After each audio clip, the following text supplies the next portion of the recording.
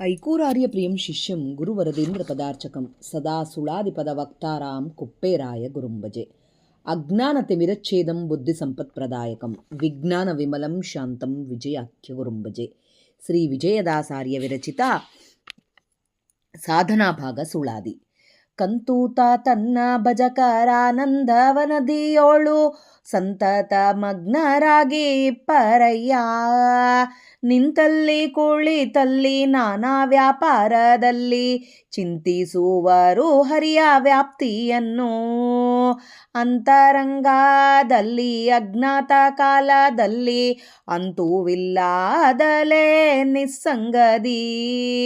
ಎಂತೂ ಪೇಳಲಿ ಅವರ ಉತ್ಕೃಷ್ಟ ಸೌಭಾಗ್ಯ. ಅನಂತ ಕಲ್ಪಕ್ಕೆ ದೆಲೇಶ ಕಡಿಮೆ ಇಲ್ಲ.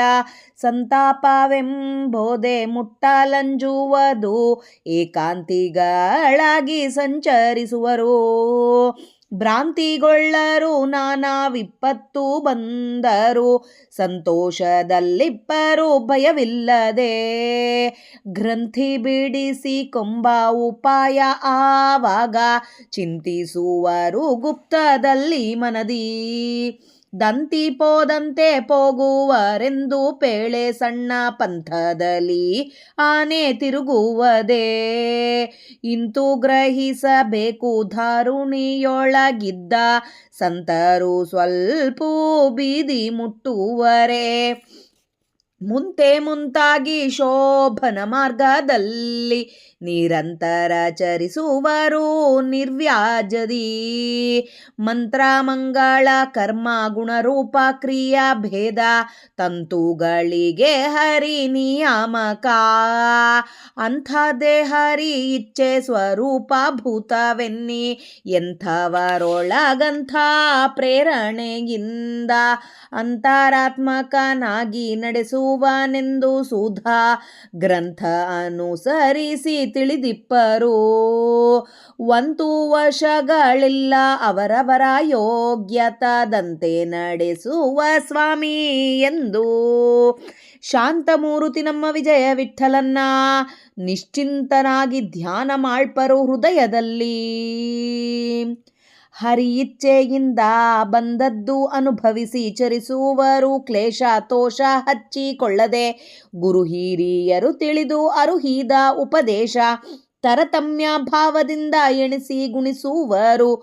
ಕುರುಹು ಬಿಡರು ತಾವು ನಿರೀಕ್ಷಿಪ ಸ್ಥಾನದಲ್ಲಿ ಇರುಳು ಹಗಲು ಅಲ್ಲೇ ಯೋಚಿಸುವರು ನಲಿದು. ಕರುಣಾಕರನಾದ ವಿಜಯ ವಿಠಲರೇಯನ ಸ್ಮರಿಸುವರು ತಮ್ಮ ಮನಸ್ಸು ಪೋದ ಕಡೆಗೆ.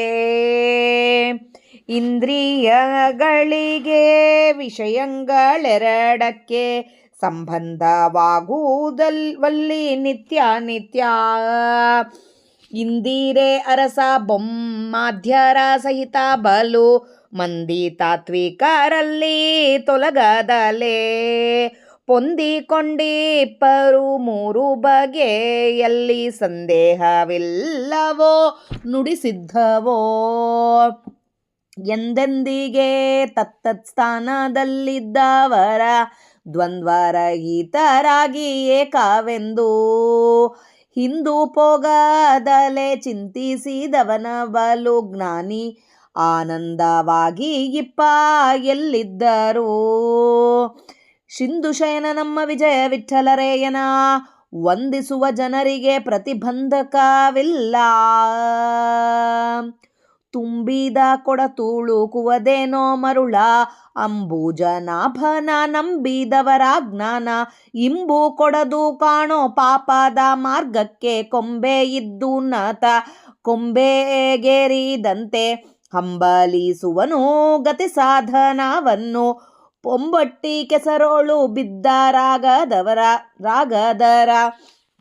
ಗಂಭೀರ ಬೆಲೆ ಕೊರತೆಯಾಗುವುದೇ. ಕಂಬು ಚಕ್ರಾಂಕಿತ ವಿಜಯ ವಿಠಲರೇಯನ ಅಂಬರಂಬರದಲ್ಲಿ ಕಾಣು ಮಾನವ ಮಾಣು. ಜ್ಞಾನಿಯಾದವನಿಗೆ ಕರ್ತೃತ್ವವೆಂಬುದಿದೆ. ಶ್ರೀನಾಥ ಮಾಡಿಸಿದ ವ್ಯಾಪಾರ ತರುವಾಯ ತಾನದು ತಿಳಿವದು ಇಷ್ಟೇ ಮಾತುರ ಉಂಟು. ಏನೆಂಬೆ ಇದಕ್ಕಿಂತ ಅಧಿಕ ಮತ್ತಾವದು ಕಾಣೆ. ಆನಂದ ಮತಿ ಕೊಡುವ ವಿಜಯ ವಿಠಲ ತಾನೆ. ಪರಿಪಾಲಿಸುವ ಆತನ ಪ್ರೇರಣೆಯಿಂದ ನಿತ್ಯ ತಿಳಿಯೋ. ಆವಾಗ ಹರಿಲೀಲೆ ಕೊಂಡಾಡಿದ ಜನರು ದೇವೇಶ ವಿಜಯ ವಿಠಲನಂತೆ ನಡೆವರು. ಆವಾಗ ಹರಿಲೀಲೆ ಕೊಂಡಾಡಿದ ಜನರು ದೇವೇಶ ವಿಜಯ ವಿಠಲನಂತೆ ನಡೆವರು. ಮಧ್ವಾಂತರ್ಗತ ಶ್ರೀಕೃಷ್ಣಾರ್ಪಣಮಸ್ತು. ಜಯ ವಿಜಯರಾಯ.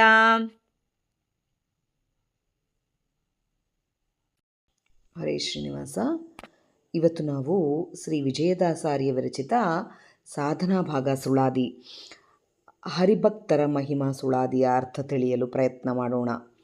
ಕಂತು ತಾತನ್ನ ಅಂದರೆ ಮನ್ಮದ ಜನಕನಾದ ದೇವರ ಭಜಕರಾನಂದ ವನದಿಯೋಳು, ದೇವರ ಭಜನೆ ಮಾಡುವವರು ಆನಂದ ವನದಿಯೋಳು ಯಾವಾಗಲೂ ನಿಮಗ್ನರಾಗಿ ಸಂತತ ಮಗ್ನರಾಗಿ ಇಪ್ಪರಯ್ಯ. ಯಾವಾಗಲೂ ದೇವರ ನಾಮಸ್ಮರಣೆ ಎಂಬೋ ವನದಿರೊಳಗೆ ಸದಾ ಮಗ್ನರಾಗಿ ಇರ್ತಾರೆ ಅಂತ ಹೇಳ್ತಾರೆ. ನಿಂತಲ್ಲಿ ಅವರು ಹಾಗಿರ್ತಾರೆ. ಇನ್ನು ಅಂದರೆ ನಿಂತಲ್ಲಿ ಕೂತಲ್ಲಿ ನಾನಾ ವ್ಯಾಪಾರಗಳು ಏನನ್ನ ಮಾಡ್ತಾ ಇರಲಿ, ಏನೇ ಕೆಲಸ ಮಾಡ್ತಿರಲಿ, ಚಿಂತಿಸುವರು ಹರಿಯ ವ್ಯಾಪ್ತಿಯನ್ನು. ದೇವರ ವ್ಯಾಪ್ತಿ ಎಲ್ಲ ಕಡೆ ಇದ್ದಾರೆ. ನಿಂತಾಗೆ ಕೂತಾಗೆ ಪ್ರತಿಯೊಂದರೊಳಗೆ ಎಲ್ಲ ಕಡೆ ದೇವರಿದ್ದಾನೆ ಅಂಥೇಳಿ ನಿಂದಿರಿಸೋ ಆತಾತನೇ, ಕೂಡಿಸೋ ಆತಾತನೇ, ನಡೆಸೋ ಆತಾತನೇ, ಈ ಥರ ನಾನಾ ವ್ಯಾಪಾರಗಳು ಮಾಡೋ ಕಾಲಕ್ಕೆ ಚಿಂತಿಸುವರು ಹರಿಯ ವ್ಯಾಪ್ತಿಯನ್ನು. ಅಂತರಂಗದಲ್ಲಿ ಸತತ ಚಿಂತನೆ ಇರ್ತದೆ. ಅಂತರಂಗದರೊಳಗೆ ಏಕಾಂತ ಭಕ್ತರು ಯಾವ ಥರ ಇರ್ತಾರೆ ಅಂತಂದರೆ ಸತತ ಅವನ ಚಿಂತನೆ. ಹಾಗೆ ಅಜ್ಞಾತ ಕಾಲದಲ್ಲಿ, ಅಂತರಂಗದಲ್ಲಿ ಅಜ್ಞಾತ ಕಾಲಗಳು ಅಂದರೆ ಎರಡು ಥರ ಇರ್ತವೆ. ತಾವು ಅಜ್ಞಾತರಾಗಿರೋ ಕಾಲ, ದೇವರೇ ಅಜ್ಞಾತರಾಗೋ ಕಾಲ. ಅಂದರೆ ಅವರಿಗೆ ತಾವು ಎಲ್ಲೋ 4 ಜನಕ್ಕೆ ಗೊತ್ತಾಗ್ಲಾರ್ದಾಗ ತಿರುಗಾಡೋ ಕಾಲ ಆಗಿರ್ಬೋದು, ಅಥವಾ ದೇವರ ಕಡೆನೇ ಧ್ಯಾಸ ಇಲ್ಲಾರ್ದಾಗಿರೋ ಕಾಲ ಆಗಿರ್ಬೋದು. ಅಂಥವು ಎರಡರೊಳಗೆ ಯಾವುದನ್ನು ಆಗಿರ್ಬೋದು. ಅಂಥ ಅಜ್ಞಾತ ಕಾಲದಾಗಿದ್ದರೆ ಕೂಡ ಅಂತೂ ಇಲ್ಲದೆ ನಿಸ್ಸಂಗದಿ, ಏನು ಸಂಗನೆ ಯಾರ ಜೊತೆ ಇಲ್ಲಾರ್ದಾಗಿ ಏಕಾಂತವಾಗಿ ಇರ್ತಾರೆ. ಏನಂತ ಹೇಳಿ ಅವರ ಉತ್ಕೃಷ್ಟ ಸೌಭಾಗ್ಯ. ಎಲ್ಲರ ಜೊತೆಗೆ ಇದ್ದರೆ ಕೂಡ ಅವರು ಏಕಾಂತವಾಗಿ ದೇವರ ನಾಮಸ್ಮರಣೆ ಮಾಡ್ತಾ ಇರ್ತಾರೆ. ಎಂತೂ ಪೇಳಲಿ ಅವರ ಉತ್ಕೃಷ್ಟ ಸೌಭಾಗ್ಯ. ಅನಂತ ಕಲ್ಪಕ್ಕೆ ಲೇಷ ಕಡಿಮೆ ಇಲ್ಲ. ಅನಂತ ಕಲ್ಪಕ್ಕೆ ಅವರ ಸೌಭಾಗ್ಯ ಹೇಳಬೇಕು, ಅನಂತ ಕಲ್ಪಕ್ಕೆ ಲೇಷ ಕೂಡ ಕಡಿಮೆ ಇಲ್ಲ ಅಂತ ಹೇಳ್ತಾರೆ. ಸಂತಾಪವೆಂಬುದು ಮುಟ್ಟಲಂಜುವುದು. ಅವರಿಗೆ ಸಂತಾಪ ಅಂಬೋದು ಮುಟ್ಟಲಕ್ಕೆ ಅಂಜುತ್ತದಂತ, ಹೆದರ್ಕೋತದ. ಅದು ಮುಟ್ಟಲಕ್ಕೆ ಹತ್ತಿರ ಬರೋದಿಲ್ಲ ಸಂತಾಪ ಅಂಬೋದು. ಎದಕ್ಕಂದರೆ ದೇವರ ನಾಮಸ್ಮರಣೆ ಹೊರತು ಅವರಿಗೆ ಬೇರೆ ಏನು ಕೆಲಸನೇ ಇಲ್ಲ. ಯಾವಾಗ ಇವೆಲ್ಲ ಸಂತಾಪ ಇವೆಲ್ಲ ಬರೋದು? ಒಂದು ನನ್ನ ಈ ಪದಾರ್ಥಗಳ ಮೇಲೆ ವ್ಯಾಮೋಹ, ಅಥವಾ ಜನದ ಮೇಲೆ. ಪದಾರ್ಥಗಳದು ನಂದು, ನನ್ನ ಸಾಮಾನು ಎಂಬುದು ಒಂದು, ನಮ್ಮವರು ನಮ್ಮನೆಯವರು ಅಂಥೇಳಿ ಒಂದು. ಆ ಏಕಾಂತ ಭಕ್ತರು ಯಾವುದು ಎಲ್ಲ ಹರಿಯ ಆಧೀನ, ಶ್ರೀಹರಿಯ ಆಧೀನ. ಹೆಂಡತಿ ಮಕ್ಕಳು ಎಲ್ಲರೂ ಇರ್ತಾರೆ, ಸಾಮಾನು ಇರ್ತವೆ, ಎಲ್ಲ ಇರ್ತವೆ. ಅವನ ಕೊಟ್ಟ ಇದ್ದದ, ಅವನು ತಗೊಂಡ ಹೋಗ್ಬಿಡ್ತದ. ಹೀಗೆ ಯಾರು ಆಲೋಚನೆ ಮಾಡ್ತಾರೆ ಅವ್ರು ಏಕಾಂತ ಭಜಕರು ಮಾತ್ರ ಆಲೋಚನೆ ಮಾಡೋರು. ಅದಕ್ಕೆ ಅವ್ರಿಗೆ ಹಾಗೆ ಆಲೋಚನೆ ಮಾಡಿದ್ದಕ್ಕೆ ಸಂತಾಪ ಅಂಬೋದೇ ಇರೋದಿಲ್ಲ. ಮುಟ್ಟಲಂಜುವುದು, ಏಕಾಂತಿಗಳಾಗಿ ಚರಿಸುವರು. ಎಲ್ಲ ಜನ ಸುತ್ತೂ ಇದ್ದರೆ ಕೂಡ ಏಕಾಂತವಾಗಿ ತಾವು ಚರಿಸ್ತಾ ಇರ್ತಾರೆ. ಭ್ರಾಂತಿಗೊಳ್ಳರು, ನಾನಾ ವಿಪತ್ತು ಬದ್ದರು. ಏನು ಕಷ್ಟಗಳು ಬಂದರೆ ಕೂಡ ಭ್ರಾಂತಿ ಇರಲ್ಲ ಅವರಿಗೆ. ಸಂತೋಷದಲ್ಲಿಪ್ಪರು ಭಯವಿಲ್ಲದೆ, ಯಾವ ಹೆದರಿಕೆ ಇಲ್ಲಾರ್ದಾಗ ಸಂತೋಷದಾಗಿರ್ತಾರೆ. ಗ್ರಂಥಿ ಬಿಡಿಸಿಗೊಂಬ ಉಪಾಯ ಆವಾಗ. ಗ್ರಂಥಿ ಅಂತಂದಾಗೆ ಈ ಲಿಂಗದೇಹ ಎಂಬುದನ್ನು ಬಿಡಿಸಿಕೊಂಬೋ ಉಪಾಯದ ಬಗ್ಗೆ ಚಿಂತೆ ಮಾಡ್ತಾ ಇರ್ತಾರೆ ಗುಪ್ತದ್ರೊಳಗೆ. ಯಾವ ಥರ ನಮಗೆ ಈ ಲಿಂಗದೇಹ ಭಂಗ ಮಾಡ್ಕೋಬೇಕು, ಯಾವ ಥರ ದೇವರ ನಾಮಸ್ಮರಣೆಯಿಂದ ನಾವು ಇರಬೇಕು, ಇದೇ ತಿಳ್ಕೊಂಡಿರ್ತಾರೆ. ಮನದಿ ದಂತಿ ಪೋದಂತೆ ಹೋಗುವರೆಂದು ಪೇಳೆ ಸಣ್ಣ ಪಂಥದಲ್ಲಿ ಆನೆ ತಿರುಗುವುದೇ ಒಂದು ಸಣ್ಣ ಇದರೊಳಗೆ ಜಾಗದೊಳಗೆ ಆನೆ ತಿರುಗಲಿಕ್ಕಾಗಲ್ಲಲ್ಲ. ಇಂತು ಗ್ರಹಿಸಬೇಕು ದಾರುಣಿಯೊಳಗಿದ್ದ ಸಂತರು ಸ್ವಲ್ಪ ಬೀದಿ ಮುಟ್ಟುವರು. ಈ ಥರ ನಾವು ತಿಳ್ಕೋಬೇಕು. ಅಂದರೆ ಸಣ್ಣ ಸಣ್ಣ ಬೀದಿಯಾಗಿ ಯಾವ ಥರ ಆನೆ ಹೋಗೋದಿಲ್ಲೋ ಆ ಥರ ಈ ಏಕಾಂತ ಭಜಕರು ಇವೆಲ್ಲ ಸಣ್ಣ ಸಣ್ಣ ಇವೆಲ್ಲ ಅವರಿಗೆ ಅವರು ಬೇರೆ ಇದ್ರ ಬಗ್ಗೆನೂ ಆಲೋಚನೆ ಮಾಡೋದಲ್ಲ. ಈ ಮನೆ ಮಠ ಇಂಥದ್ದು ಕಡೆ ಆಲೋಚನೆ ಮಾಡಲಾರ ಬರೇ ದೇವರ ನಾಮಸ್ಮರಣೆಯಲ್ಲೇ ಇರ್ತಾರೆ. ಮುಂತಾಗಿ ಶೋಭನ ಮಾರ್ಗದಲ್ಲಿ ನಿರಂತರ ಚರಿಸುವರು. ಒಳ್ಳೆ ಮಾರ್ಗದೊಳಗೆ ನಿರಂತರ ಚರಿಸ್ತಾ ಇರ್ತಾರೆ. ನಿರ್ವಾಜ್ಯದಿ ಮಂತ್ರ ಮಂಗಳ ಕರ್ಮ ಗುಣರೂಪ ಕ್ರಿಯೆ ಭೇದ. ಮಂತ್ರಗಳು, ಒಳ್ಳೆ ಕೆಲಸಗಳು, ಕರ್ಮ, ಗುಣ, ರೂಪ, ಈ ಕ್ರಿಯಾ ಕೆಲಸಗಳು ಇವೆಲ್ಲ ಭೇದ ತಂತುಗಳಿಗೆ ಹರಿ ನಿಯಾಮಕ. ಎಲ್ಲದಕ್ಕೂ ಈ ಭೇದಗಳಿಗೆ, ಮಂತ್ರಗಳಿಗೆ, ಮಂಗಳ ಕೆಲಸಕ್ಕೆ, ಕರ್ಮಗಳಿಗೆ, ಗುಣಗಳಿಗೆ, ರೂಪಗಳಿಗೆ, ಕ್ರಿಯೆಗಳಿಗೆ ಎಲ್ಲದಕ್ಕೂ ದೇವರೇ ನಿಯಾಮಕ ಅಂಥದ್ದು. ಹರಿ ಇಚ್ಛೆ ಸ್ವರೂಪ ಭೂತವೆನ್ನಿ. ಹರಿ ಇಚ್ಛದಲ್ಲಿಂದನೇ ಎಲ್ಲ ಆಗೋದು ಅಂಥೇಳಿ ಎಂಥವರೊಳಗಂಥ ಪ್ರೇರಣೆಯಿಂದ ಅಂತರಾತ್ಮಕನಾಗಿ ನಡೆಸುವನೆಂದು ಒಳಗೆ ನಿಂತು ತಾನು ಅಂತರ್ಯಾಮಿಯಾಗಿ ತಾನೇ ನಡೆಸ್ತಾನೆ ಎಂಬುದು. ಈ ಏಕಾಂತ ಭಜಕರಿಗೆ ಇವೆಲ್ಲ ಏನೇ ಬರಲಿ, ಏನೇ ಮಾಡಲಿ, ಒಂದು ರೋಗ ಬರಲಿ, ಒಂದು ನೋವು ಬರಲಿ, ಒಂದು ಸಾಮಾನಿರಲಿ, ಒಂದು ಸಾಮಾನು ಕಳೆದು ಹೋಗಲಿ, ಸ್ವಾಮಿ ತನ್ನ ಆಟ ಆಡಿಸ್ತಾ ಇದ್ದಾನೆ. ಈ ಥರ ತಿಳ್ಕೊಂಡು ಇರ್ತಾರೆ ಅವರು. ಅಂತರಾತ್ಮಕನಾಗಿ ನಡೆಸುವೆನೆಂದು ಸುಧಾ ಗ್ರಂಥ ಅನುಸರಿಸಿ ತಿಳಿದಿಪ್ಪರು. ಸುಧಾ ಪಂಡಿತರಾದವರು, ಸುಧಾ ಗ್ರಂಥಗಳನ್ನು ಓದಿದವರು ಇದನ್ನು ತಿಳ್ಕೊತಾರೆ. ಒಂತು ವಶಗಳಿಲ್ಲ, ಅವರವರ ಯೋಗ್ಯತಾದಂತೆ ನಡೆಸುವ ಸ್ವಾಮಿ. ಯಾವುದು ವಶಗಳಲ್ಲ, ಯಾವುದು ನಮ್ಮ ವಶದಾಗಲ್ಲ, ಎಲ್ಲ ಅವರವರ ಯೋಗ್ಯತೆ ಪ್ರಕಾರ ಸ್ವಾಮಿ ನಡೆಸ್ತಾನೆ ಎಂಬುದನ್ನು ತಿಳ್ಕೊಂಡು ಎಂದು ಶಾಂತಮೂರ್ತಿ ನಮ್ಮ ವಿಜಯ ವಿಠಲನ್ನ ನಿಶ್ಚಿಂತರಾಗಿ ಧ್ಯಾನ ಮಾಡ್ಪರು. ನಿಶ್ಚಿಂತದಿಂದ ಧ್ಯಾನ ಮಾಡ್ತಾ ಇರ್ತಾರೆ ಅಂತೇಳಿ ಹೇಳ್ತಾರೆ. ಹರಿ ಇಚ್ಛೆಯಿಂದ ಬಂದದ್ದು ಅನುಭವಿಸಿ ಚರಿಸುವರು ಕ್ಲೇಶ ತೋಷ ಹಚ್ಚಿಕೊಳ್ಳದೆ. ಹರಿ ಇಚ್ಛದಿಂದ ಬಂದಿದ್ದನ್ನು ಅನುಭವಿಸ್ತಾರೆ. ಅದು ಕೆಟ್ಟದೇ ಆಗಲಿ, ಒಳ್ಳೆಯದೇ ಆಗಲಿ, ಏನೋ ಒಂದು ಹೆಸರು ಬಂತು, ಹರಿ ಇಚ್ಛೆಲಿಂದ ಬಂತು. ಯಾರೋ ಬೈದರು, ಹರಿ ಇಚ್ಛೆಲಿಂದ ಬೈತಾ ಇದ್ದಾರೆ. ಹೀಗೆ ಕ್ಲೇಶ ಆಗಿರ್ಬೋದು, ಕಷ್ಟಗಳಾಗಿರ್ಬೋದು, ಹಾಗೆ ಸಂತೋಷಗಳಾಗಿರಬಹುದು, ಮನಸ್ಸಿಗೆ ಹಚ್ಕೊಳ್ಳಾರ್ದಾಗಿ ದೇವರ ಕೊಟ್ಟಿದ್ದು ಅಂಥೇಳಿ ಅದನ್ನು ಅನುಭವಿಸ್ತಾರೆ. ಗುರು ಹಿರಿಯರು ತಿಳಿದು ಅರುಹಿದ ಉಪದೇಶ ತರತಮ್ಯ ದೊಡ್ಡವರೆಲ್ಲ ತಿಳಿದು ಹೇಳಿಕೊಟ್ಟಂಥ ಉಪದೇಶ ಇದು. ತಾರತಮ್ಯ ಭಾವದಿಂದ ಎಣಿಸಿ ಗುಣಿಸುವರು. ತಾರತಮ್ಯ ಭಾವದಿಂದ ಎಣಿಸ್ತಾರೆ, ಇದನ್ನು ತಿಳ್ಕೊತಾರೆ. ಕುರುಹು ಬಿಡರು ತಾವು ನಿರೀಕ್ಷಿಪ ಸ್ಥಾನದಲ್ಲಿ. ಯಾವುದೋ ಒಂದು ಚೂರು ಬಿಡಲಾರ್ದಾಗಿ ತಾವು ಸ್ವಾಮಿ ಮಾಡಿಸ್ತಾ ಇದ್ದಾನೆ ಅಂಥೇಳಿ ಅದನ್ನೇ ಎಲ್ಲ ಸ್ಥಾನದೊಳಗೆ ಅದನ್ನೇ ಇರಳು ಹಗಲು ಅಲ್ಲೇ ಯೋಚಿಸುವರು ನಲಿದು. ಅಲ್ಲೇ ಇದ್ದು ಯೋಚಿಸ್ತಾ ಇರ್ತಾರೆ, ಸ್ವಾಮಿ ಮಾಡಿಸ್ತಾ ಇದ್ದಿದ್ದು ಅಂಥೇಳಿ. ಒಂದು ಚೂರು ನಮಗೆ ಯಾರಿಗೂ ಗೊತ್ತೂ ಆಗಲ್ಲ, ಅವರಷ್ಟು ಆಲೋಚನೆ ಮಾಡ್ತಾ ಇರ್ತಾರೆ ಅಂತ ಕೂಡ. ಇರಳು ಹಗಲು ದೇವ್ರು ಮಾಡಿಸ್ತಾ ಇದ್ದಾನೆ ಎಂಬ ಆಲೋಚನೆ ಬಂದಿದೆ ಅವರಿಗೆ ಎಂಬುದನ್ನು ಕೂಡ ಗೊತ್ತಿಲ್ಲಾರ್ದಾಗಿ ನಮಗೆ ಆ ಥರ ಅವರು ಇರ್ತಾರೆ. ಕರುಣಾಕರನಾದ ವಿಜಯ ವಿಠ್ಠಲರಯ್ಯನ ಸ್ಮರಿಸುವರು ತಮ್ಮ ಮನಸ್ಸು ಹೋದ ಕಡೆಗೆ. ಎಲ್ಲೆಲ್ಲಿ ಹೋಗ್ತದೋ ಮನಸ್ಸು ಅಲ್ಲೆಲ್ಲೆಲ್ಲ ದೇವರ ನಾಮಸ್ಮರಣೆ ಸದಾ ಸದಾ ಸದಾ ಸದಾ. ಇದು ಏಕಾಂತ ಭಜಕರ ಒಂದು ಇದು ಎಕ್ಸಾಂಪಲ್ ಅಂತ ಹೇಳ್ಬೋದು. ಅವ್ರು ಯಾವ ಥರ ಇರ್ತಾರ ಅಂಬೋದನ್ನು ಹೇಳ್ಬೋದು. ಅಷ್ಟು ಅನುಸಂಧಾನಪೂರ್ವಕವಾಗಿ ಇದ್ದವರು ಏಕಾಂತ ಭಕ್ತರು ಅಂತಂದರೆ. ಅಷ್ಟು ಅನುಸಂಧಾನವಾಗಿ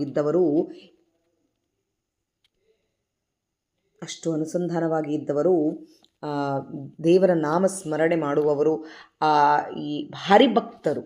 ಅವರ ಮಹಿಮೆ ಈ ಥರ ಇರುತ್ತೆ. ಅವರು ಎಲ್ಲದನ್ನು ಪ್ರತಿಯೊಂದನ್ನು ಸಂತೋಷ ಬರಲಿ, ಕೆಟ್ಟದ್ದು ಬರಲಿ, ಏನು ಬರಲಿ, ಸ್ವಾಮಿ ಕೊಟ್ಟಾನೆ ಅಂತ ಹೇಳಿ ಹೇಳಿ ಹೇಳಿ ಹೇಳಿ ಆನಂದವಾಗಿ ಅವನು ಕೊಟ್ಟಿದ್ದು. ಏನೇ ಇರಲಿ ದೇವರೇ ನಿನ್ನ ಕೃಪೆ ಒಂದಿದ್ದರೆ ಸಾಕು, ನಿನ್ನ ನಾಮಸ್ಮರಣೆ ಬಿಡಿಸ್ಲಾರ್ದಾಗ ನೋಡ್ಕೋ ಅಂಥೇಳಿ ಹೇಳ್ಕೊತಾ ಇರ್ತಾರೆ. ಅಂಥವರು ಹರಿಭಕ್ತರು ಅಂತ ಅನ್ಸ್ಕೊತಾರೆ ಅಂಥೇಳಿ ವಿಜಯದಾಸರು ಹೇಳಿದ್ದಾರೆ. ಮುಂದಿನದರೊಳಗೆ ನೋಡೋಣ. ಮಧ್ವಾಂತರ್ಗತ ಶ್ರೀಕೃಷ್ಣ ಅರ್ಪಣಿಸ್ತು. ಜೈ ವಿಜಯ. ಹರೇ ಶ್ರೀನಿವಾಸ. ನಿನ್ನೆ ನಾವು ಯಾವ ಥರ ಜ್ಞಾನಿಗಳಾದವರು ಸತತ ಮಗ್ನರಾಗಿ ನಿಂತಲ್ಲಿ ಕುಳಿತಲ್ಲಿ ನಾನಾ ವ್ಯಾಪಾರದಲ್ಲಿ ಹರಿಯ ವ್ಯಾಪ್ತಿಯನ್ನು ಚಿಂತನೆ ಮಾಡ್ತಾ ಅಂತರಂಗದಲ್ಲಿ ಎಲ್ಲ ಯಾವ ರೀತಿ ಚಿಂತನೆ ಮಾಡ್ತಾರೆ, ಯಾವ ರೀತಿ ಹರಿ ಇಚ್ಛೆಯಿಂದ ಬಂದಿದ್ದನ್ನು ಅನುಭವಿಸುತ್ತಾರೆ ಅಂಥೇಳಿ ಸ್ವಾಮಿ ನೀನು ಕೊಟ್ಟಿದ್ದು ಅಂಥೇಳಿ ತಾವು ತಗೊಂಡು ಈ ತಾರತಮ್ಯ ಭಾವದಿಂದ ಯಾವ ಥರ ಇರ್ತಾರೆ ಎಂಬುದನ್ನು ತಿಳ್ಕೊಂಡ್ವೆ. ಇವತ್ತು ತ್ರಿವಿಡ ತಾಳದಿಂದ ಅರ್ಥಾನುಸಂಧಾನಕ್ಕೆ ಪ್ರಯತ್ನ ಮಾಡೋಣ. ಇಂದ್ರಿಯಗಳಿಗೆ ವಿಷಯಗಳೆರಡಕ್ಕೆ ಸಂಬಂಧವಾಗುವಲ್ಲಿ ನಿತ್ಯ ಅನಿತ್ಯ. ಇಂದ್ರಿಯಗಳಿಗೆ ಎರಡು ವಿಷಯಗಳಿಗೆ, ಅಂದರೆ ಈ ಕಡೆ ದೇವರ ಕಡೆ ಧ್ಯಾಸನೂ ಹೋಗೋದು ಅಥವಾ ಬೇರೆ ಕಡೆ ಹೋಗೋದು, ಒಳ್ಳೆಯದು ಕೆಟ್ಟದು ಎರಡೂ ವಿಷಯಗಳಲ್ಲಿ ನಮಗೆ ಇಂದ್ರಿಯಗಳು ಕರ್ಕೊಂಡು ಹೋಗ್ತಾ ಇರ್ತವೆ, ಎರಡೂ ಕಡೆ ಕರ್ಕೊಂಡು ಹೋಗ್ತಾ ಇರ್ತವೆ ನಮ್ಮನ್ನು. ಬಂಧವಾಗುವಲ್ಲಿ ನಿತ್ಯ ಅನಿತ್ಯ.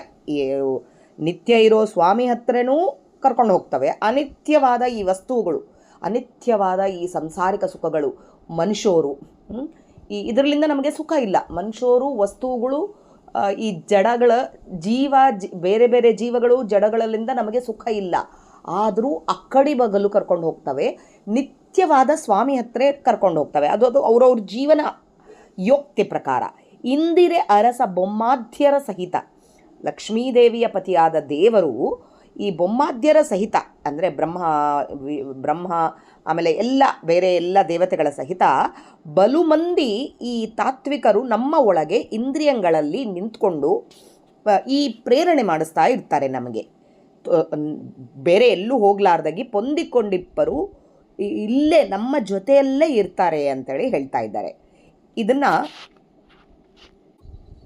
ಈ ಲಕ್ಷ್ಮೀದೇವಿ, ಬ್ರಹ್ಮದೇವರು, ಹಾಗೆ ಎಲ್ಲ ದೇವತೆಗಳೆಲ್ಲರೂ, ದೇವರು ಎಲ್ಲರೂ, ನಮ್ಮ ಕೃಷ್ಣ ಅಂದರೆ ಎಲ್ಲರೂ ನಮ್ಮ ಒಳಗೆ ಇಂದ್ರಿಯಗಳಲ್ಲಿ ತತ್ತತ್ ಸ್ಥಾನದಲ್ಲಿ ಇದ್ದು ತೊಲಗಲಾರ್ದಾಗಿ ಅವರು ನಮ್ಮ ಜೊತೆಗೆ ಎಲ್ಲ ಕೆಲಸಗಳು ಮಾಡಿಸ್ತಾರೆ.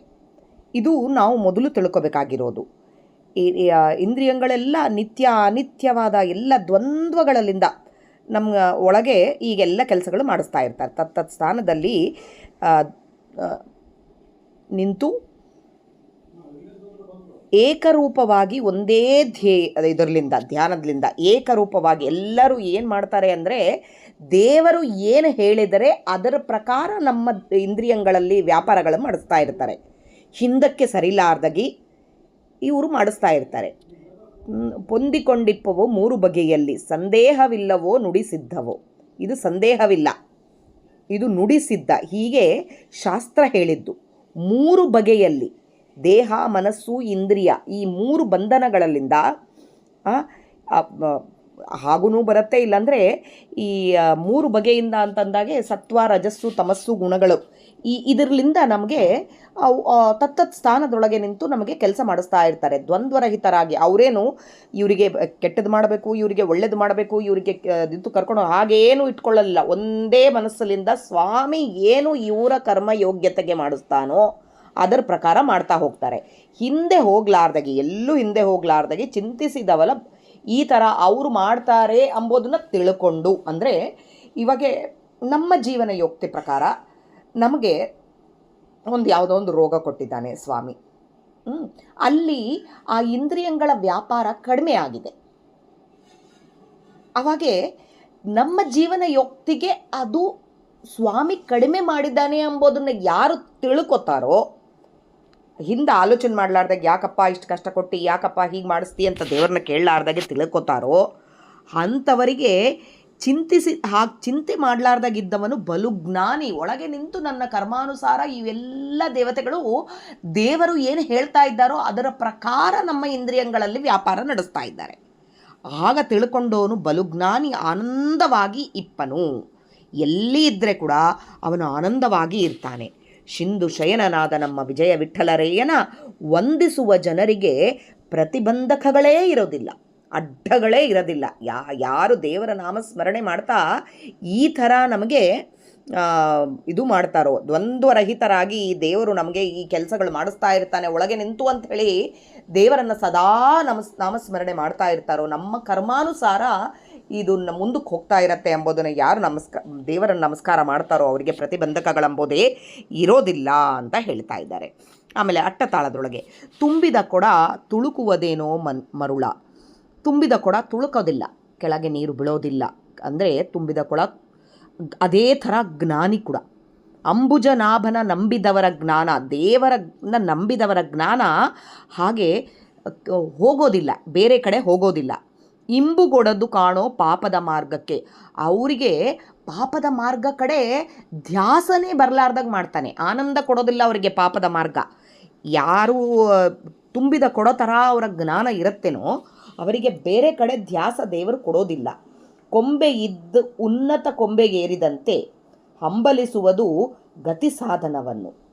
ಈ ಕೊಂಬೆಗಳು ಒಂದು ಕೊಂಬೆ ಮೇಲೆ ಏರಿ ಇನ್ನೊಂದು ಕೊಂಬೆ ಮೇಲೆ, ಅಂದರೆ ದೇವರ ಧ್ಯಾನದೊಳಗೆ ಈಗ ಸ್ವಲ್ಪ ಸ್ವಲ್ಪ ಸ್ವಲ್ಪ ಸ್ವಲ್ಪ ಜ್ಞಾನ ಬೆಳೆಸ್ಕೊತಾ ಹೋದವರಿಗೆ ಅದು ಗತಿ ಸಾಧನಕ್ಕೆ ಮಾರ್ಗ ಆಗ್ತದ, ಮೋಕ್ಷ ಸಾಧನಕ್ಕೆ ಮಾರ್ಗ ಆಗ್ತದಾಗಲಿ. ಆ ಮೇಲಿಂದ ಕೆಳಗೆ ಬಿದ್ದು ಕೆಸರೊಳಗೆ ಬಿದ್ದರಾಗದರ ಗಂಭೀರ ಬೆಲೆ ಹಾಗೆ ಹೋಗೋ ಕಾಲಕ್ಕೆ ಕೆಸರೊಳಗೆ ಬೀಳ್ತಾರೆ ಒಂದೊಂದು ಸರಿ. ಅಂದರೆ ಇದೆಲ್ಲ ಅಪರೋಕ್ಷ ಜ್ಞಾನಿಗಳಿಗೆ, ನಮ್ಮಂಥವರಿಗಲ್ಲ. ಏನೋ ಹೇಳ್ತಾ ಇರ್ತೀವಿ, ಈಗ ಸ್ವಲ್ಪ ಮಂದಿ ಅಂತಾರೆ ಇದನ್ನು ಹೇಳಿದ ಮೇಲೆ ತಿಳ್ಕೊತಾ ಹೋಗ್ತಾ ಇದ್ದೀವಿ ದೇವರ ನಾಮಸ್ಮರಣೆಯನ್ನು, ಮಧ್ಯದಾಗೆ ನಾವು ಬೇರೆ ಕಡೆ ಧ್ಯಾಸ ಬಂತು, ಬೇರೆಯವ್ರ ಬಗ್ಗೆ ಚಿಂತೆ ಮಾಡಿದ್ವಿ, ಒಬ್ಬರನ್ನ ಹೇಳ್ಕೊಂಡ್ವಿ, ಆಡ್ಕೊಂಡ್ವಿ, ಇಲ್ಲ ಸಿನಿಮಾ ನೋಡಿದ್ವಿ, ಟಿ ವಿ ನೋಡಿದ್ವಿ, ಕೆಟ್ಟ ವಾರ್ತೆಗಳ ಕೇಳಿದ್ವಿ, ನಾವು ಕೆಳಗೆ ಬಿದ್ದಂಗಾಯಿತು, ಅದಕ್ಕೆ ನಮ್ಮ ಜ್ಞಾನ ಏನು ಹೋಗಲಿಲ್ಲ ಅಂತಂತಾರೆ. ನಮ್ಮಂಥವರಿಗಲ್ಲ ಇದು ವಿಜಯದಾಸರು ಹೇಳಿದ್ದು. ಅಪರೋಕ್ಷ ಜ್ಞಾನಿಗಳಿಗೆ ಏನೋ ಮಾಡ್ತಾ ಇರೋ ಕಾಲಕ್ಕೆ ಹೀಗೆ ಸದಾ ದೇವರ ನಾಮಸ್ಮರಣೆಯಲ್ಲಿ ಇರ್ತಾರೆ. ಆದರೆ ಅವರಿಗೆ ಒಂದೊಂದು ಸಲ ಪರೀಕ್ಷೆ ಮಾಡಬೇಕು ಅಂಥೇಳಿ ದೇವರು ನಾಮಸ್ಮರಣೆಯನ್ನೇ ಕಳೆಯಬಹುದು, ಅಥವಾ ಇನ್ನೂ ಏನಾದರೂ ಬೇರೆ ಚಟ ಅಂಥವು ಕೊಟ್ಬಿಟ್ಟು ಬೇರೆ ಕಡೆ ಧ್ಯಾಸ ಹೋಗೋ ಥರ ಮಾಡ್ತಾರೆ. ಅಲ್ಲಿ ಕೆಸರೊಳಗೆ ಬೀಳ್ತಾರೆ. ಅವರು ಬಿದ್ದರೆ ಕೂಡ ಅವರಿಗೆ ಏನೂ ಆಗೋದಿಲ್ಲ, ಗತಿ ಸಾಧನಕ್ಕೆ ಮಾರ್ಗನೇ ಅದು.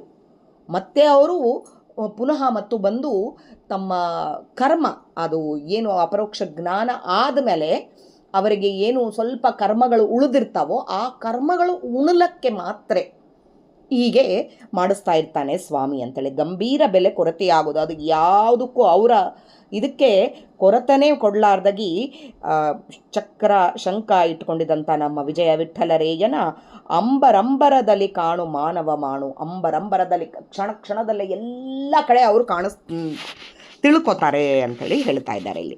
ಜ್ಞಾನಿಯಾದವನಿಗೆ ಕರ್ತೃತ್ವವೆಂಬುದಿದೆ. ಜ್ಞಾನಿ ಆದವನಿಗೆ ಕರ್ತೃತ್ವ ಅಂತಂದರೆ ಸ್ವಾಮಿ ಮಾಡಿಸಿದ್ದನ್ನು ನಾ ಮಾಡ್ತೀನಿ ಎಂಬೋ ಕರ್ತೃತ್ವ ಅಷ್ಟೇ, ಸ್ವತಂತ್ರವಾದ ಕರ್ತೃತ್ವ ಅಲ್ಲ. ಅದು ಇದೆ. ಶ್ರೀನಾಥ ಮಾಡಿಸಿದ ವ್ಯಾಪಾರ ತರುವಾಯ ತಾನದು ತಿಳಿವದು ಇಷ್ಟೇ ಮಾತುರ ಉಂಟು. ಆ ಕರ್ತೃತ್ವ ಅಂದ್ರೇನು?